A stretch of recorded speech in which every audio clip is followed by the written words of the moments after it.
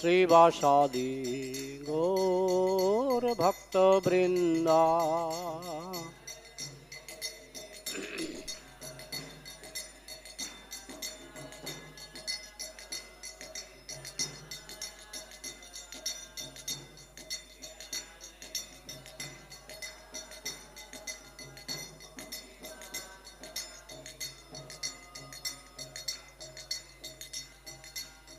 हरे कृष्णा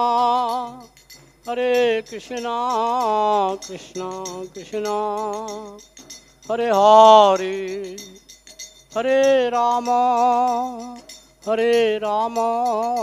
राम राम हरे हरे।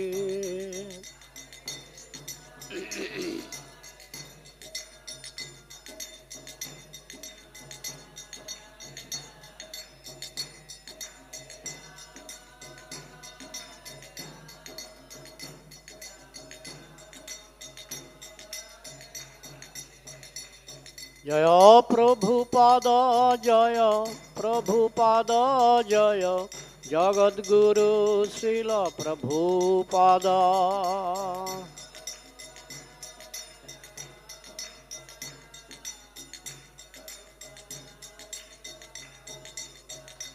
निताय गौर हरि बोल हरि बोल हरि बोल हरि बोल।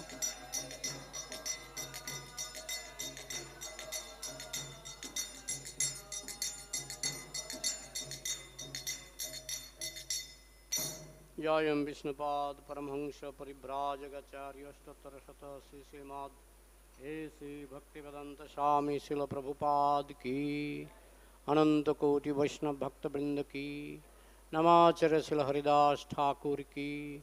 प्रेम से कहो श्री कृष्ण चैतन्य प्रभु नित्यानंद श्री अद्वैत गदाधर शिवसादि श्री गौर भक्त वृंद की। ग्रंथराज श्रीमद् भागवतम की, समवेत वैष्णव भक्त वृंद की। निताय गौर प्रेमानंदे हरि हरि बोल। मम ज्ञानतिमिरान्धस्य ज्ञानाञ्जनशलाकया चक्षुरुन्मिलितं येन तस्मै श्रीगुरवे नमः। श्रीचैतन्यमनोहाभीष्टं स्थापितं येन भूतले स्वयं रूपः कदा मह्यं ददाति स्वपदान्तिकं। वन्देऽहं श्रीगुरुः श्रीयुतपदकमलं श्रीगुरून् वैष्णवांश्च। श्रीरूपं साग्रजातं सहगण रघुनाथान्वितं तं सजीवं साद्वैतं सावधूतं परिजनसहितं कृष्ण चैतन्यदेवं श्रीराधा कृष्णपादान् सहगण ललिता श्री विशाखान्वितांश्च। हे कृष्ण करुणा सिन्धु दीनबन्धु जगत्पते गोपेश गोपिका कान्त राधाकान्त नमस्तते। तप्त काञ्चन गौरांगी राधे वृन्दावनेश्वरी विश्वभानुसुते देवी प्रणमामि हरिप्रिये।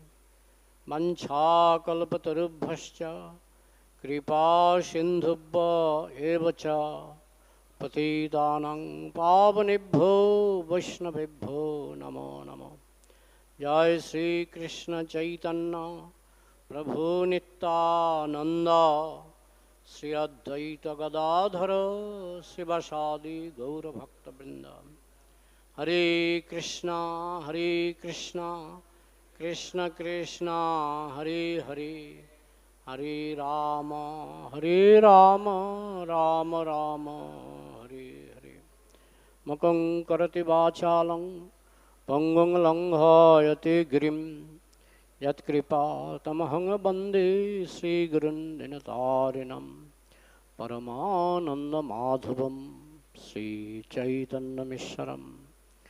नमो विष्णुपदाय कृष्णपृष्ठाय भूतले श्रीमते भक्तिस्वरूप दामोदर स्वामिनिति नामिने।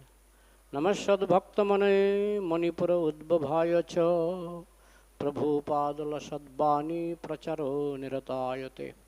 नमं विष्णुपदाय कृष्णप्रेष्ठाय भूतले श्रीमते जयपताका स्वामिनिति नामिने। नमाचार्योपादाय निताय कृपाप्रदायिने गौरकथा धामदाय नगरग्रामतारिणे। नमं विष्णुपदाय कृष्णप्रेष्ठाय भूतले श्रीमते भक्तिवेदान्त स्वामिनिति नामिने। नमस्ते सारस्वते देवे गौरवाणी प्रचारिणे निर्विशेष शून्यवादी पश्चात् दशतारिणे।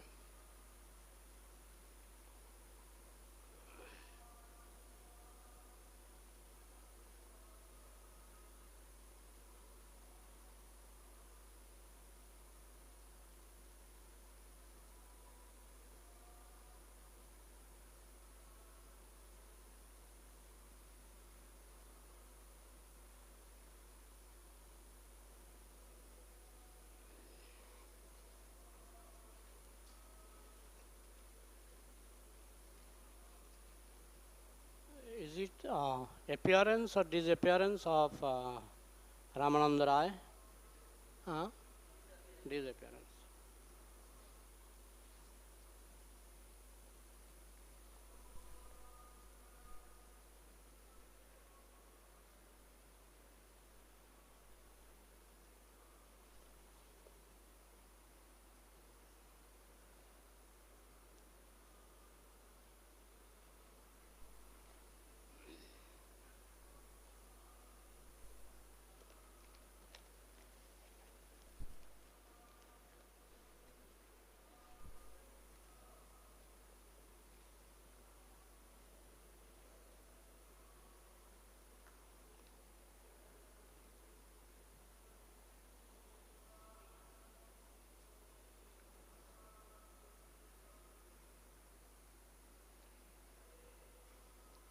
So today we are reading from Srimad Bhagavatam, Canto 2, Chapter 7, Text 9. The chapter entitled Scheduled Incarnations. Please repeat after me.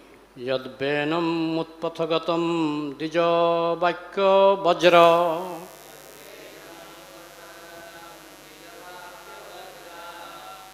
niṣpluṣṭa-pauruṣa-bhagaṁ niraye patantam.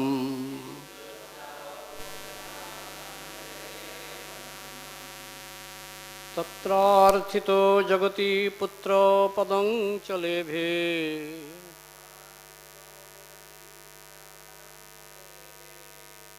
dugdhā vasūni vasudhā sakalāni yena.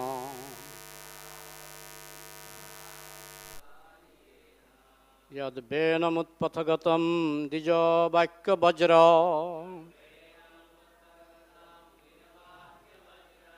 niṣpluṣṭa-pauruṣa-bhagaṁ niraye patantam.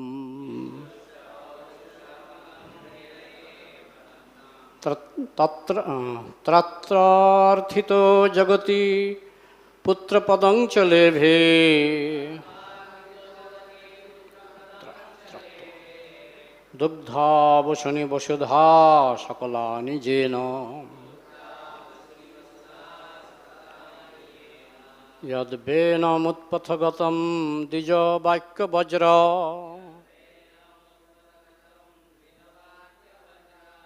niṣpluṣṭa-pauruṣa-bhagaṁ niraye patantam. trātvārthito jagati putra-padam ca lebhe dugdhā vasūni vasudhā sakalāni yena. Please.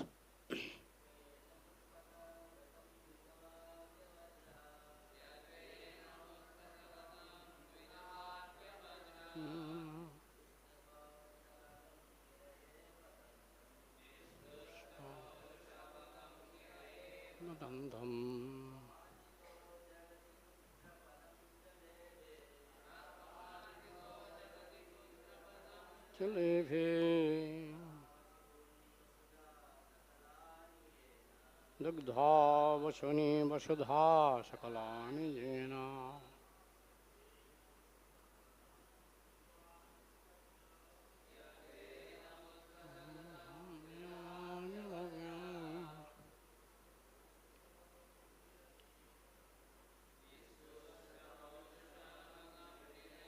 patantam.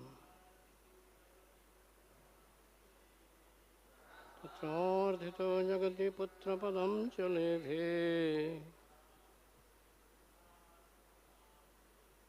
dugdhā vasudhā sakalāni. Mataji's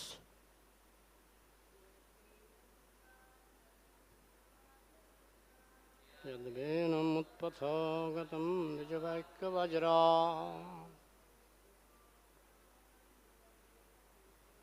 niṣpluṣṭa-pauruṣa-bhagaṁ niraye patantam.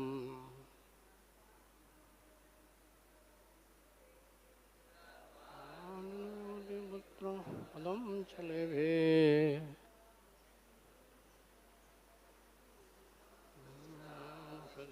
vasudhā, yena. Anybody else? Okay. Word meaning. Yat, when, venam, unto King Vena, utpatha-gatam, going astray from the religious path, dvija, of the brāhmaṇas, vākya, words of cursing, vajra, thunderbolt, niṣpluṣṭa, being burned by, paurusha, great deeds, bhagam, opulence, niraye, into hell, patantam, going down, trātvā, by delivering, arthitaḥ, so being prayed for, jagati, on the world, putra-padam, the position of the son, cha, as well as, lebhe, achieved, dugdhā, exploited, vasūni, produce, vasudhā, the earth, sakalāni, all kinds of, yena, by whom. Translation and purport by His Divine Grace, A.C. Bhaktivedanta Swami, Srila Prabhupada. Srila Prabhupada ki jai. Translation. Mahārāja Vena went astray from the path of righteousness, and the brāhmaṇas chastised him by the thunderbolt curse. By this, King Vena was burnt with his good deeds and opulence, and was en route to hell. The Lord, by His causeless mercy, descended as His son by the name of Prithu, delivered the condemned King Vena from hell, and exploited the earth by drawing all kinds of crops as produce. Purport. According to the system of varnashrama dharma, the pious and learned brāhmaṇas were the natural guardians of society.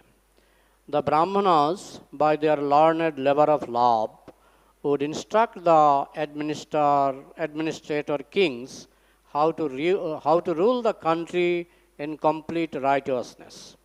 And thus the progress would go on as a perfect welfare state. The kings or the kshatriya administrators would always consult the council of learned brāhmaṇas. They were never autocratic monarchs. The scriptures like Manusamhita and other authorized books of the great sages were guiding principles for ruling the subjects, and there was no need for less intelligent persons to manufacture a code of law in the name of democracy. The less intelligent mass of people have very little knowledge of their own welfare. As a child has very little knowledge of its future well-being, the experienced father guides the innocent child towards the path of progress, and the childlike mass of people need similar guidance. The standard welfare codes are already there in the Manu Samhita and other Vedic literatures. The learned brāhmaṇas would advise the king in terms of those standard books of knowledge and with reference to the particular situation of time and place. Such brāhmaṇas are not paid servants of the king, and therefore they had the strength to dictate the king on the principle of scriptures. This system continued even up to the time of King Mahārāja Chandragupta, and the Brahmana Chanakya was the unpaid prime minister. Mahārāja Vena did not adhere to this principle of ruling, and he disobeyed the learned brāhmaṇas. The broad-minded brāhmaṇas were not self-interested, but looked to the interest of complete welfare for all the subjects. They wanted to chastise King Vena for his misconduct, and so prayed to the Almighty Lord as well as cursed the king. Long life, obedience, good reputation, righteousness, prospects of being promoted to higher planets, and blessings of great personalities are all vanquished simply by disobedience to a great soul. One should strictly try to follow in the footsteps of great souls.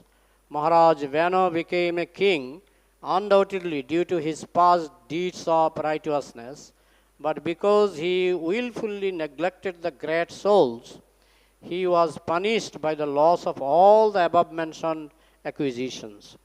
In the Vamana Purana, the history of Mahārāja Vena and his degradation are fully described. When Mahārāja Prithu heard about the hellish condition of his father, Vena, who was suffering from leprosy in the family of a mlecha, he at once brought the former king to Kurukshetra for his purification and relieved him of all sufferings.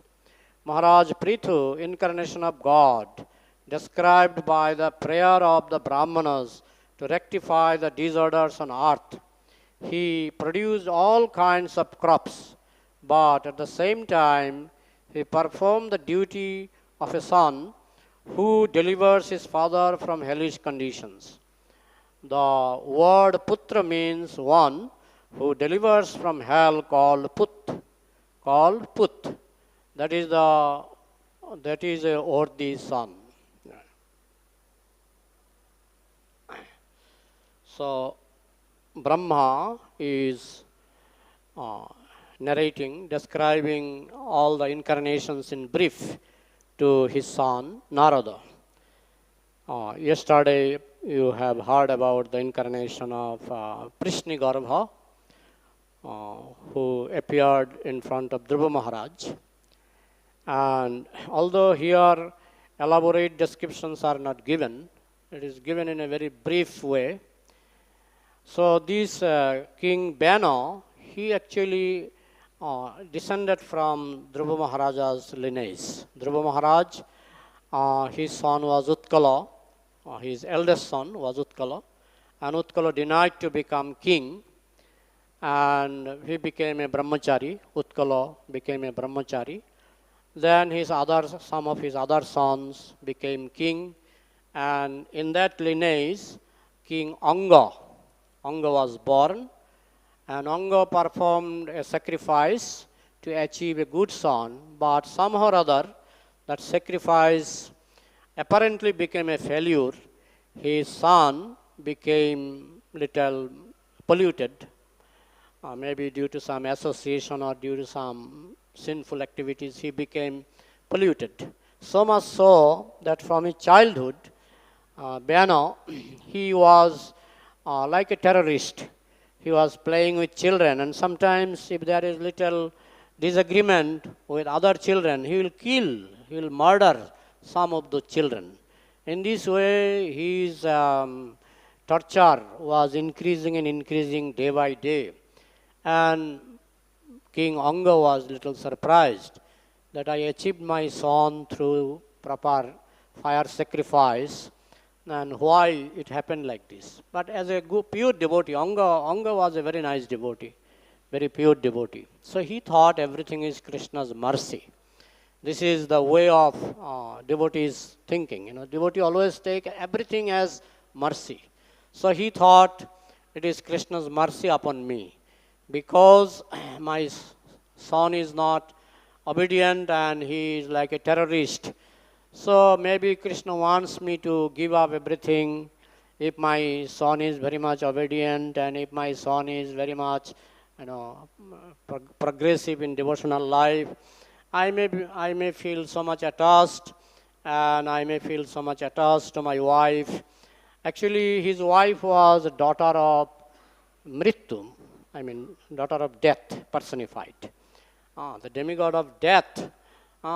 His daughter was Sunita. Sunita is Vena's mother, Anga's wife.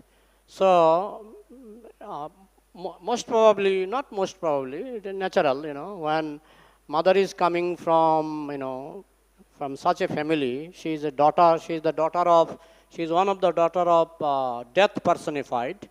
So that's why King, Vena became very much, very rude and rough and very cruel. He was very cruel. So anyway, then Anga took it positively. King Anga, he thought, it is also Krishna's mercy upon me. Just like in Prabhupada's life, when Prabhupada's wife was not up to the standard, then Prabhupada was little morose, little unhappy in the beginning, but his father encouraged him. His father told, your wife is not so nice devotee. It is a plus point, it is a positive point that you can take sannyas very easily. Isn't it? There is an incident like this.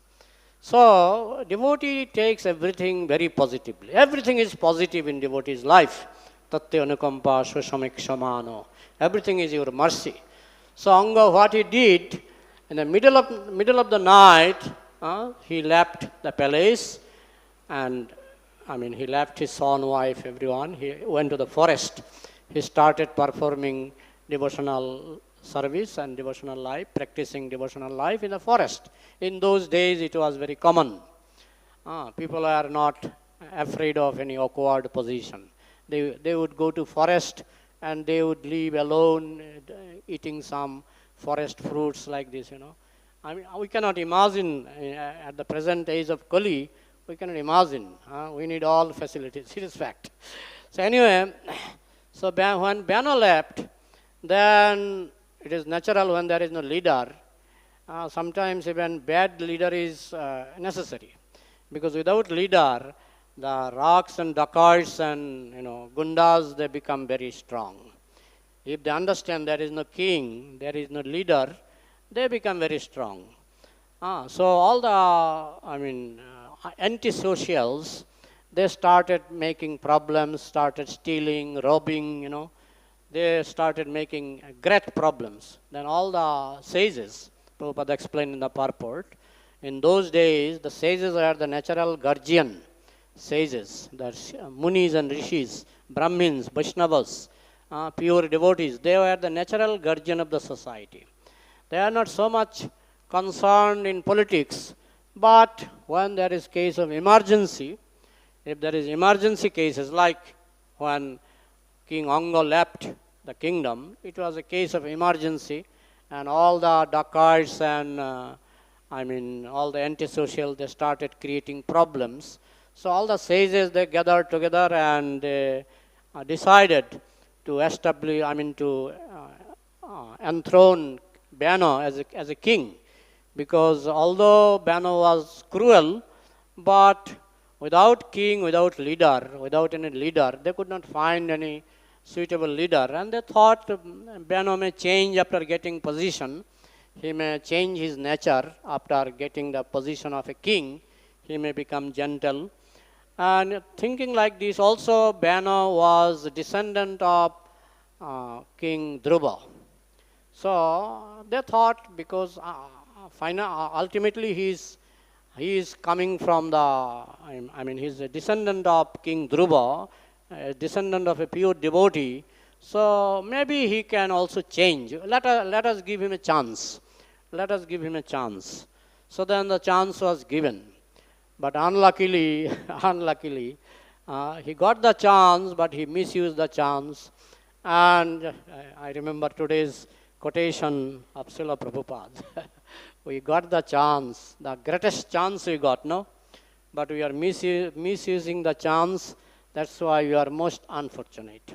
Prabhupada said that you got the greatest chance. That is, you are very fortunate, most fortunate. But you are misusing the chance. You are also most unfortunate. It's a very nice quotation. Today's morning in Mangalarati Prabhu was reading. So Vena was given chance, Vena was given chance, but he misused the chance, and he thought, now I have become God. So he declared that everybody should worship me. This is the nature of all demoniac kings like Hiranyakashipu. He was also demanding, you worship me, I am God, So King Vena was also declaring like this, I am God, worship me, no need to worship other God. And if you worship other God, I will punish you. And he was punishing all the Vaishnavas and Brahmins and all the exalted personalities. It is the root of fall down, There is a story of Nahusha, I think all of you know. Nahusha, somehow or other, he became the king of heaven.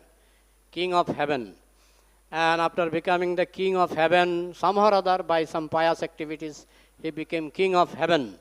After becoming king of heaven, he thought, now I am king of heaven, I should marry wife of Indra, Shachi. Wife of Indra is Shachi. I should marry Shachi because I am now king of heaven, so I should also get the queen of heaven. So he sent somebody to Shachi that I want to marry you. Now I am king of heaven. I got the chair position of Indra. So you are Indrani, so you should come and marry me. And Shachi denied. Then he became very angry. Then Shachi was helpless. So she made a plan. She thought, if he can offend some great personalities, great Vaishnavas and great Brahmins, then he will be finished. So then Shachi told, yes, I agree to marry you, but on one condition. What is that condition? You should be brought to my palace by some saints, by some munis and sages. They will carry your palanquin. You will sit on a palanquin and that will be carried by some sages, some munis. So it was a trick. It was a plan made by Shachi. So then he said, no problem. I am king of heaven. I can do all these things. No problem. They are now my servant. So then all the sages were called by Nahusha. And Nahusha told, you carry me with a palanquin. You carry me to Shachi. Then what they will do, they are humble and they obeyed. As you are king, we have to obey. So they are obeying. But on the way, because they are not expert palanquin carriers, so they were, not carrying so nicely, They were very, sometimes it was tilting and sometimes, he was feeling disturbed, Nahusha. And also he was proud as king of heaven. So he started scolding all the sages. And in this way, he fell down, spiritually he fell down and he take birth, I think, as a snake or something, So in this way, if somebody is to be fallen, the best way is to offend some devotees. The root cause of all fall down, is offending some great personalities. We see in the history there are so many incidents. Why Ravana fell down. Ravana already fell down when he insulted Sita. It is also offending a great personality. Then again he insulted Vibhishan. He told Vibhishan to join him. Vibhishan told, I will join you. I'll help you, but on one condition, you have to leave Sita. You have to give up Sita. You hand over Sita to Ramchandra, to her husband. So then Ravana told, no, it is impossible. So then Vibhishan left. Vibhishan left also, and also Ravana insulted Vibhishan like anything. So this was the root cause of Ravana's becoming loser in the war of Lanka. This was the root cause, because he offended Vibhishan. He was a great Vaishnava. Vibhishan was a great Ram Bhakta. Similar incident took place when Duryodhana insulted Vidura. Vidura would give some good advice to Dhritarashtra. But when Duryodhana would hear those good advice, he got angry. He told, you are eating in my palace, you are maintained by our money and our food and wealth, but you are giving all wrong advice to my father. You son of a Shudra, you should not stay in our house. We should not maintain you with food and clothing. We should not maintain you by giving house and all these things. You should get out from here. So Vidura took it as a blessings of Krishna. He did not join. To Pandavas also, to the although his blessings was to the Pandavas, but he did not join any party. He left home, and because Duryodhana insulted a great personality like Vidura, this was the cause of his fall down. Similarly, King Vena, the same thing happened. Similar thing happened. He insulted all the Vaishnavas and Brahmins, and he offended them, and that was the cause of his fall down. But Vaishnavas are all auspicious. Even if they curse, that curse is also auspicious for the person whom they curse. Also to all people it is auspicious. Even curse, you understand how auspicious Vaishnavas are. Even if they curse, that curse becomes auspicious. Just like Narada Muni cursed Nalkuber and Manigrib. What was the auspicity? They had golden chance to have darshan of Krishna face to face. So curse became a benediction. Everything in Vaishnava's life becomes a benediction. Arjuna was cursed by Urvashi, isn't it? Urvashi. Urvashi cursed Arjuna that you become what is called eunuch. So that curse became benediction. When Arjuna was living incognito in the house of King Virata, he was like, female. He was like female. So he could teach a young girl, the king's daughter, he was teaching 1 year. Because he was, at that time, he was like a female. You understand? So in this way, curse became benediction. Like this, there are so many millions of examples. Bhima was given poison, and he ate poison, isn't it? And what was the result? He got strength of 10,000 elephants. He got the strength by drinking poison. Bhima got, I am just giving the gist. If you read the elaborate story, you will understand how drinking poison became the cause of his getting strength of 10,000 elephant. Duryodhana tried to burn Pandavas in the Jatugriha, and they married Draupadi. I am giving the gist. They married Draupadi. They made friendship with King Drupada and his son Drishtadumna and his relatives. So number of his soldiers increased. So in this way we see everywhere. Vaishnava is not affected by curse. Curse turn into benediction. If a Vaishnava is cursed, it turns into a benediction. And if a Vaishnava curse somebody, it becomes benediction to all. It becomes benediction to that person whom he curses, and it becomes benediction to the whole society. So when all these sages, they cursed Vena, actually it became benediction for him. We will understand if we listen the whole story, whole history, then we will understand how it became benediction to King Vena, and it became benediction to the whole society. So the king, king was killed by the curse. You die. After death, after death of King Vena, the Brahmins and Vaishnavas, they are always very sympathetic. They they felt sympathy for King Vena. So they thought, now we have killed him, but we should also give him some mercy. Vaishnava can never never do anything harmful to you. They will, even curse becomes beneficial for you. Just like slap given by father to his son is always actually for the benefit of the child, isn't it? So Vaishnava's curse is like a slap given to somebody for his benefit. So anyway, so when King Vena died, he went to the hellish planet. And from hellish planet he suffered non-stop suffering for many years. He suffered. And after that, he again took birth as a very low-born, in a very low-born family, Mlacha family, Prabhupada mentioned. And in Vishwanath Chakravarti Thakur's commentary, he has written that he first entered into hellish planet, and he suffered there non-stop suffering for many years. Then he came back, I think, on earth, and he took birth in a very low-class family, Mlacha family, and he was suffering from leprosy, kushtha, he was suffering.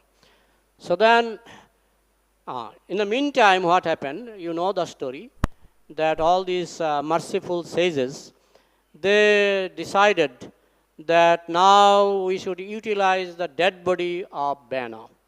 So they were so powerful sages. Sitting in this Kali Yuga, it is next to impossible to understand all these histories. So all the sages, they charmed the thigh of King Vena.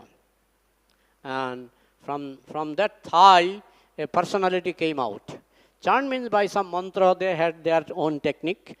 A personality came out, very blackish and very odd-looking, ugly-looking, and he is called Nishada. No? Nishada is a very low-class, it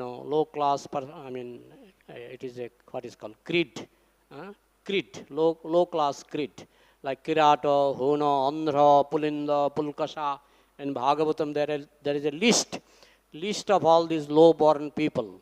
So, a low-class personality came out from King Vena's thigh when his thigh was charmed by mantra of those qualified Brahmins and Vaishnavas.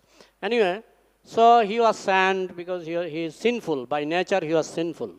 So, in this way, they purified King Vena's body because all the sins came out and entered into the personality of Nishada. So then all the Brahmins ordered him, you go to forest and live there. So still now there are, descendants of that Nishada. There is a group of, there is a community, Nishada community, still today existing. And after that they chant, as far as I remember, his arm, no?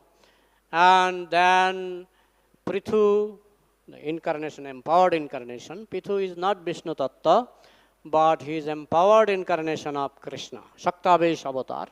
Prithu came with another Shaktavesh incarnation of Lakshmi, Orchi. King Prithu and Orchi, both are Shaktavesh.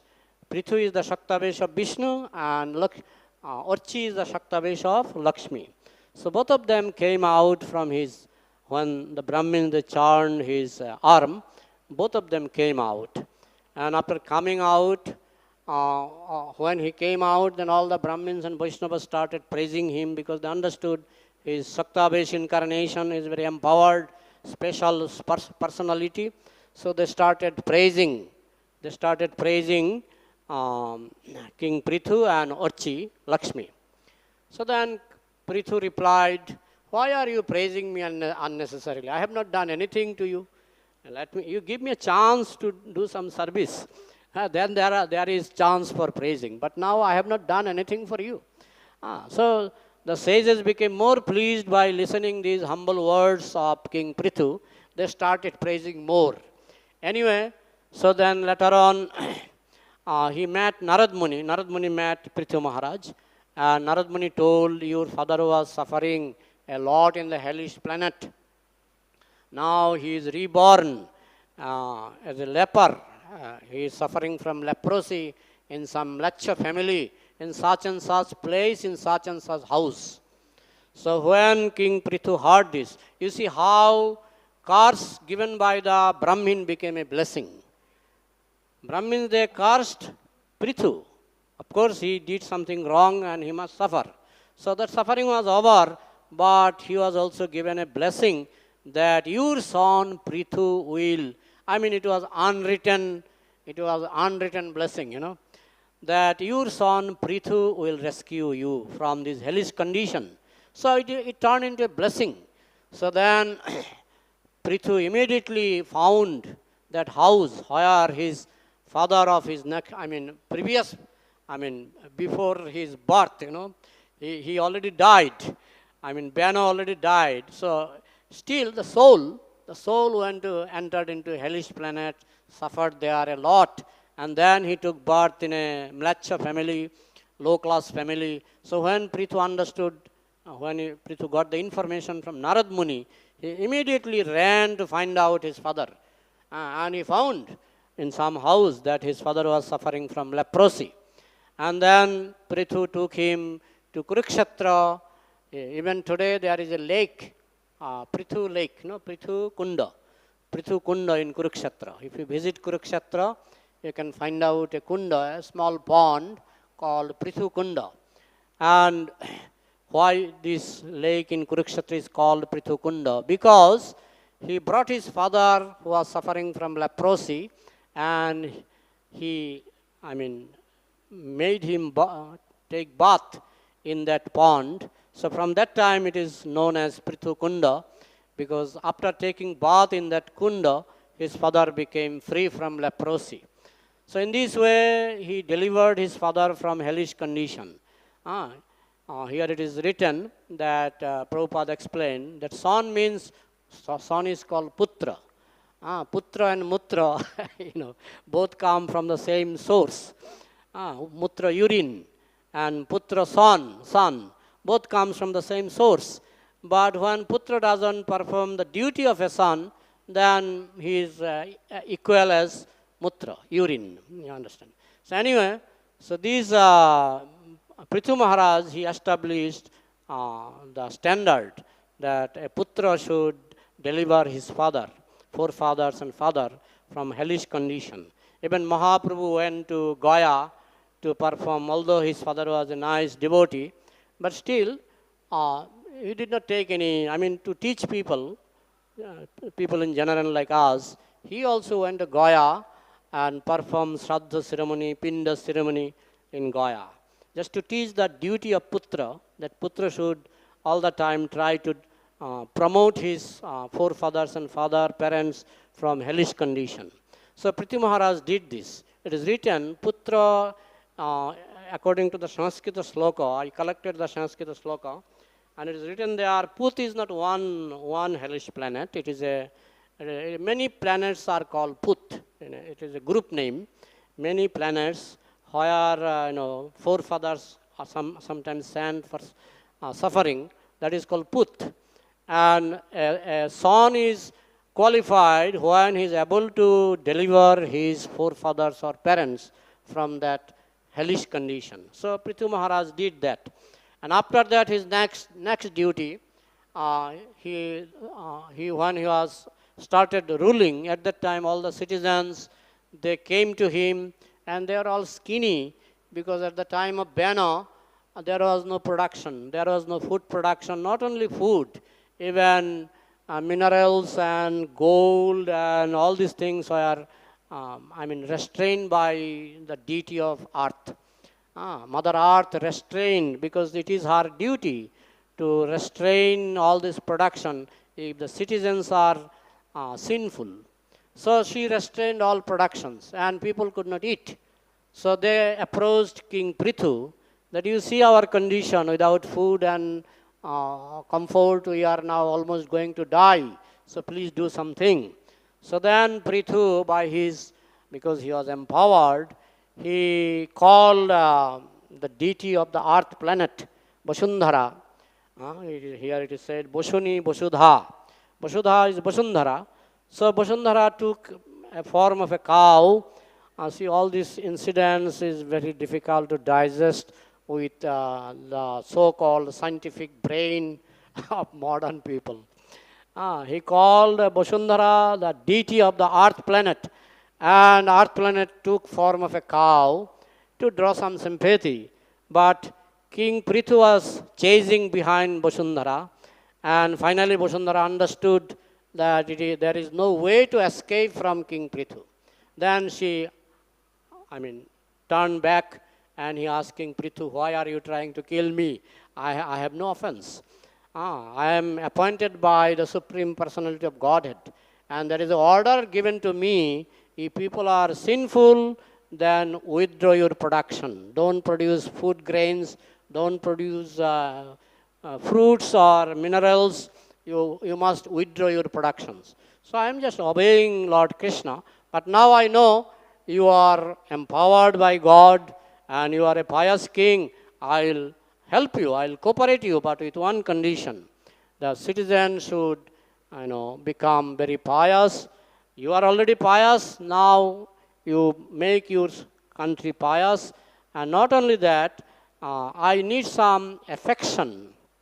Just like mother needs some affection to produce milk for her child. Even the calf is called vatsa. Vatsa means, it is from that vatsa, the word vatsalya means affection, is derived from vatsa. So, cow needs affection to produce milk for her calf. Similarly, I also need some affection. Then King Prithu respected and honored her request, and he arranged for many cups, not only one cup, from human beings, from demigods, from Gandharvas, from different parts of the universe. He invited different personalities to become like a calf. Even Prahlad Maharaj became a calf to Mother Vasundhara. Then Vasundhara again started producing so many varieties of food grains and fruits and minerals, everything. So that was also done by Prithu Maharaj. So mainly Prithu Maharaj's incarnation, empowered incarnation, is famous for two things, mainly as mentioned in this verse. One is to protect his father from hellish condition, and the second is to produce food grains and minerals and other natural wealth profusely at the time of his. And then there are long stories. I think in other canto, I forgot the name of the canto. In other cantos, more elaborate descriptions are given how Prithu Maharaj did 99 Ashwamedha Yajna, but he could not complete the last Yajna due to the request of Brahma. Brahma told no need to compete, and he just obeyed Brahma. And also he invited, not invited, I think they came out of their own mercy, the four Kumaras. Four Kumaras visited Prithu Maharaj. There are many other narrations about Prithu Maharaj. Time is short, and today is also our Ramananda Rai's disappearance day, but I don't think I can say many things on Ramananda Rai. When Chaitanya, I just tell few words in honor of Ramananda Rai. When Mahaprabhu delivered Sarvabhauma Bhattacharya, and after deliverance of Sarvabhauma Bhattacharya, Ramananda Rai took farewell from Sarvabhauma Bhattacharya, and he told, I'll go to South India. Then Sarvabhauma Bhattacharya requested him, please meet Ramananda Rai, because when I was a Mayavadi, impersonalist, at that time Ramananda Rai would talk to me sometimes. He would preach to me about Krishna and Krishna's pastimes, especially about Krishna's Madhurya Ras. But at that time I ignored Ramananda Rai. But now, after realizing that you are the incarnation of Supreme Personality of Godhead, now I understand the standard of Ramananda Rai. He is a very great devotee. So as you are going to South India, he is ruling on behalf of Odisha, on behalf of Utkal, on behalf of King Pratapruddra. He is the governor in at the area in South India, Godavari, near Godavari river. So you take the chance to give him darshan. I think he will be very happy. So Ramananda Mahaprabhu went, and he knew he is God, he knows everything. He was sitting at the west bank of Godavari, he was sitting, and Ramananda Rai came with all followers. They were playing flute, they were playing drums, because in those days this was the standard to, just like nowadays many armies they salute governor, but in those days that was not there, but they were singing and playing drum to glorify the governor. So he took bath, Ramananda Rai took bath in Godavari, and when he looked to the western ghat of Godavari, he saw a very effulgent personality, God himself, and he realized this is a special personality. So he came near and he offered obeisances, and immediately Ramananda Mahaprabhu wanted to embrace him, but because these Brahmins are, majority of those Brahmins are smartas, so he could not embrace. He was controlling himself. Then another Brahmin invited Mahaprabhu that you please take lunch today in my house. Then Mahaprabhu told Ramananda Rai, you please come again. I want to talk to you again. I want to meet you again. So in this way, Mahaprabhu left. And next day, Mahaprabhu came to the same spot, and Ramananda Rai also visited Mahaprabhu again. That day only with one person, one servant. He did not come with group as a governor. So then Mahaprabhu got the chance, he embraced him. Both of them started crying like anything, because Ramananda Rai is, I think, Vishakha, incarnation of Vishakha. So then Mahaprabhu asked many questions. If I read all these questions, time will be over. So I am not reading. Please, if you have time, you can read all those questions, very beautiful questions. Then Mahaprabhu finally instructed him, you come back to Odisha. After South India tour, I will go back to Odisha. You come back to Puri, then we will enjoy our life, enjoyment, spiritual enjoyment. We will associate together. We will discuss about Krishna, speaking Krishna Katha. So please come, resign from this job of governor. So Ramananda Rai listened to Mahaprabhu. He resigned from his job. He is the son of Bhavananda Rai, who had 5 sons. They are incarnation of Pancha Pandava. And Bhavananda Rai's wife was incarnation of Kunti. So anyway, and this Ramananda Rai was so exalted. One time Pradyumna Mishra went to listen Krishna Katha from Chaitanya Mahaprabhu himself. Then Chaitanya Mahaprabhu replied, I am not qualified to speak Krishna Katha, but I can send you to somebody who is qualified to speak Krishna Katha. Who is that? He is Ramananda Rai. Please go and meet him. So then Pradyumna Mishra went to meet Ramananda Rai. At that time, Ramananda Rai was giving some rehearsal to some young girls, on Krishna Lila. And he was touching those young girls, he was dressing them, he was painting their faces. You understand? So Pradyumna Mishra immediately lost his respect. And what I listen from this man? He is touching young girls. So then he came back to Mahaprabhu. He told Mahaprabhu, you send me to somebody who is not, I don't think he is qualified to speak on Krishna Katha. Then Mahaprabhu told, you misunderstood. He is in such a platform, such a high spiritual platform. He doesn't see difference between male body and female body. So you don't mind, you go and ask him again. So then again Pradyumna Mishra went and requested him to speak Krishna Katha. Then Ramananda Rai managed time and he started speaking on Krishna Katha. Then when Krishna Katha was finished, that Pradyumna Mishra started jumping and dancing like a madman. This is the effect of Krishna Katha. He started dancing and chanting like a madman. So anyway, time is over. If you have any comment or question, we can spare a few more minutes.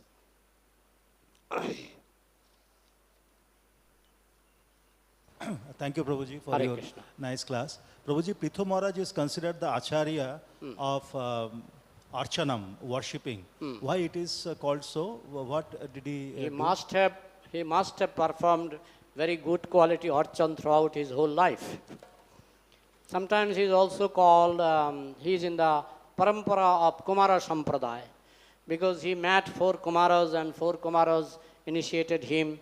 So in this way, he is also called, he is one of the Acharya of Kumara Sampradaya, and he is the best example of Archana devotee, Archana Prithu Pujane.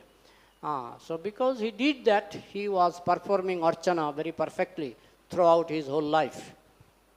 Okay? And my second query is, what is the place name where Ramananda Rai and Chaitanya Prabhu met on the bank of the I was reading Godavari? today, this morning, that it was the west bank of Godavari river, but exact place I did not, still now I don't know. Huh? Rajo Mahendravaris, Andhra Pradesh. So they are from South India, they know.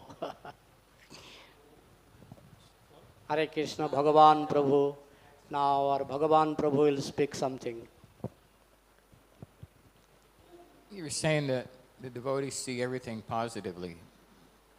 How do you see things positive that are simply negative things?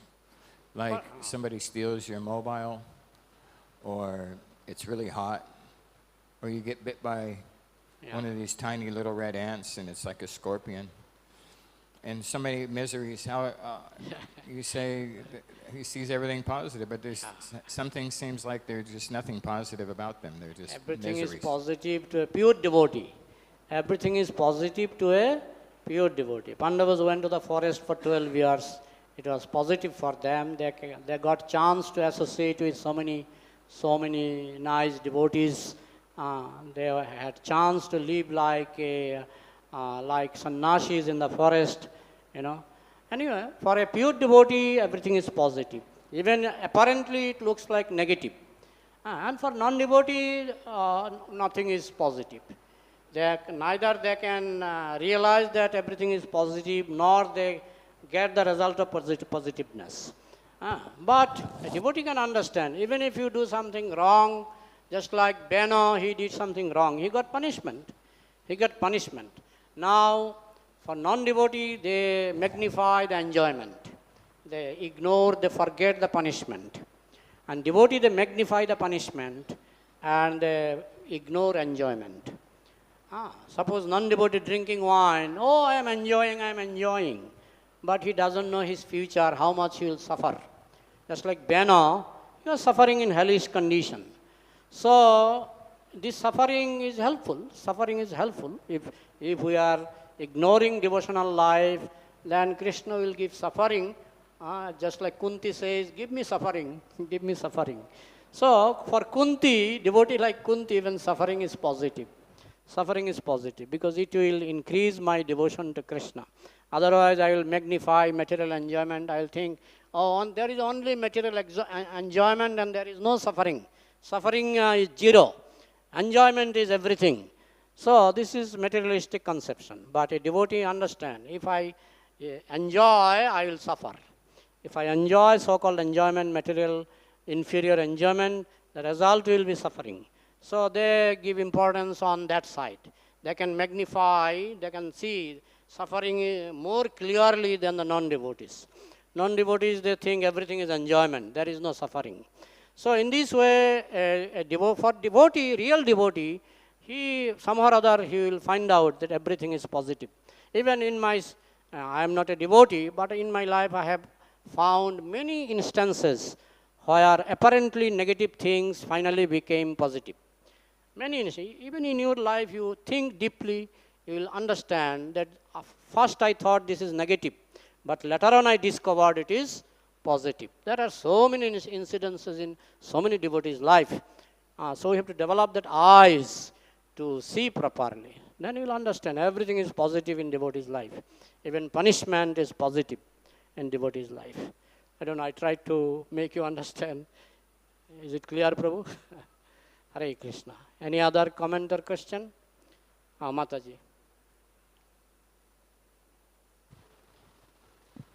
Time is over, so if anybody likes to go, you can go, because time is over. Prabhu, I think I'll also stop now. I think I got the answer from the previous question you just answered, but still I will go ahead and ask that the curse that turns into benediction, curse from a Vaishnava turns into a benediction only for a Vaishnava, or because if someone is offending, he should also get reaction for that and get punished. Yeah, so very how nice do we question. understand this? Actually, Nalkubar was not Vaishnava.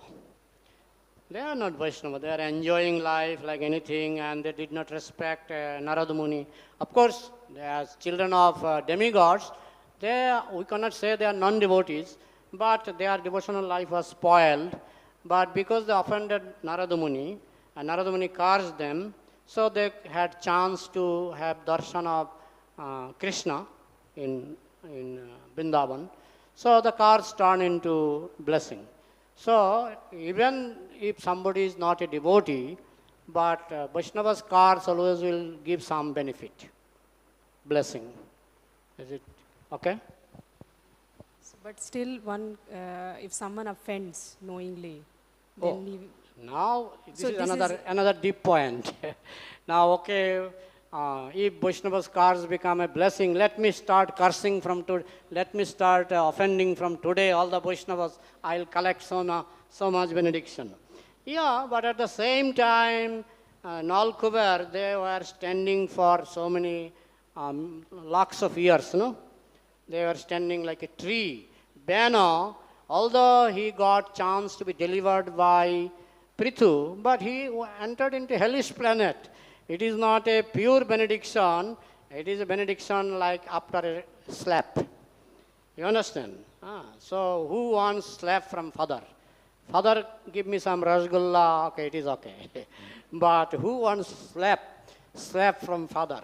So yeah, I understand your question, but I don't think that we want to get some benediction by offending Vaishnavas.